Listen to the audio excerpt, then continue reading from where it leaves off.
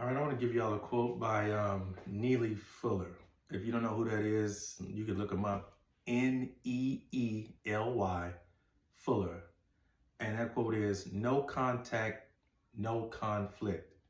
If you do not make or have contact with someone, you cannot have conflict. And I love that quote because you really don't need to have too much contact with people anyway. I mean, you have to start thinking about problems in advance that could happen. And the way to not have problems and drama is to avoid it in the first place. So you want to get in the position of avoiding problems in order to not have to solve problems. And the majority of your problems, this is just my conjecture, is going to be because of other people. So it's best just to not make contact with people because you can't have a conflict if you're not. Conflict usually comes from somebody saying something, which means you're making contact. Somebody getting in your personal space, which means you're making contact. It usually comes from comments and questions and shit like that. So just avoid that. Avoid people in general, and you really don't need to interact with them. Because if you think about it, what do people really add to your life? And like when you really think about it, who is that person that's really going to give you sound advice that is going to benefit you and only you? Who is that person that's going to really take a deep dive and try to understand your circumstances and give you advice based on that instead of giving you advice based on what they've done in their life, what worked for them? So it's best to just avoid the contact because conflict can really mess up your emotional state, your mental state. You stay up late, you don't get enough rest. So conflict does have ramifications for your mental state, and it's best. And most of your conflict is going to come from other people. I mean, I can say with full authority that most of my conflict comes from dealing with other people. And it usually comes with letting them in my vicinity or letting them in my circle. Most people are just around you just to observe how well or how poorly you are doing and compare that to themselves. That's really the majority of the reason people want to be around you in the first place, from my experience. Now, if you met a wonderful, amazing, altruistic person, that's probably cap, or you probably not really very smart. But if you think that that's the person you met, then hey, all power to you. But I'm saying in my existence, that person does not fucking exist.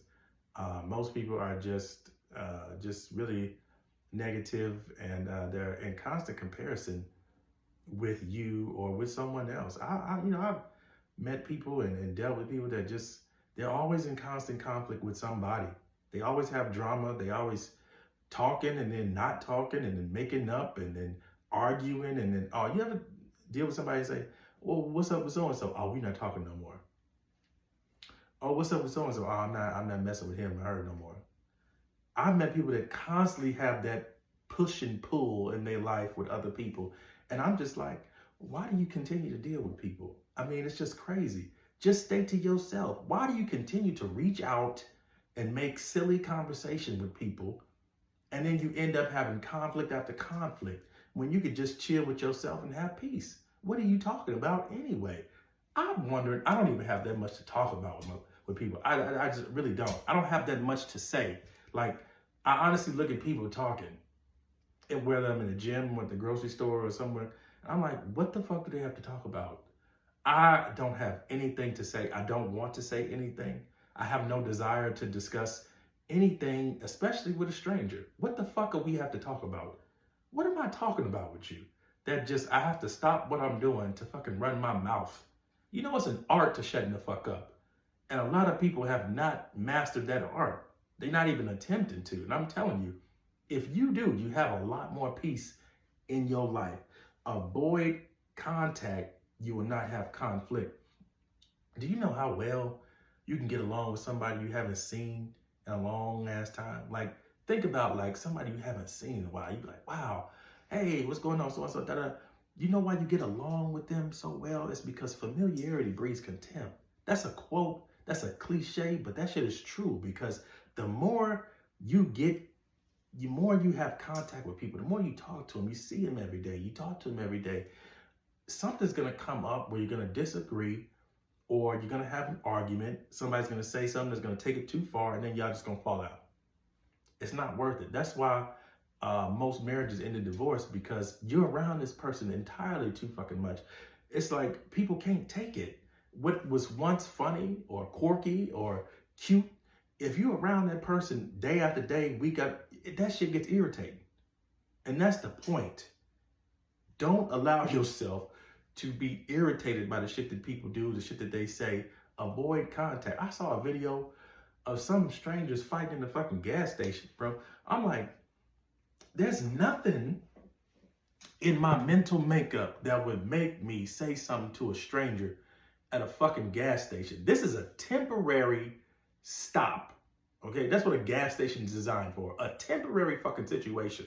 Why am I interacting with somebody that I'm never gonna see after this? There's nothing that needs to be said that I need to say to a stranger in this very extremely temporary exchange. And of course, you know, I saw the video, the dude was all up in his face, talking, making contact. He got hit with a 3-piece swiftly, no biscuit, and he was messed up.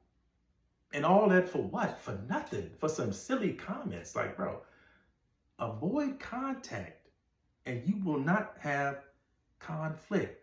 And think about, I think people make contact with people because they're so narcissistic. Their narcissism takes over. They want people to think something of them. They want people to have a certain impression of them. They want to impress upon people something or some thought process or some positive characteristics about themselves. And they're so focused on that they don't evaluate the other person's worthiness in their life. Do you understand what I'm saying? You have to get out of your mind. You have to get out of your emotional state. You have to get out of that sense of validation that you want from other people and start to really see, what value does that person bring to my life? And more likely than not, it's not going to be much. You know what I'm saying? So we have to get out of that. We have to get out of our own heads. We have to stop trying to impress upon people something and start really saying, well, what am I getting out of it? What is this exchange meaning for me? How does this improve, or what's going on? Why do I need to have this exchange? And once you start to think like that, you start to shift your thinking, you'll be like, shit, I don't really get much out of most exchanges. It's really not worth it. And if you really just got to run your mouth, you really have a deep desire to just say shit, get a journal. You know what I mean? Because the journal don't talk back. Write all that shit down and express it that way. You can write as fast or as quick as you want, and the journal's always going to listen. You feel me? So, but other people have so much baggage, trauma, lack of emotional intelligence, that what are you getting out of it but conflict? So that's just my 2 cents. I mean, what do I really know?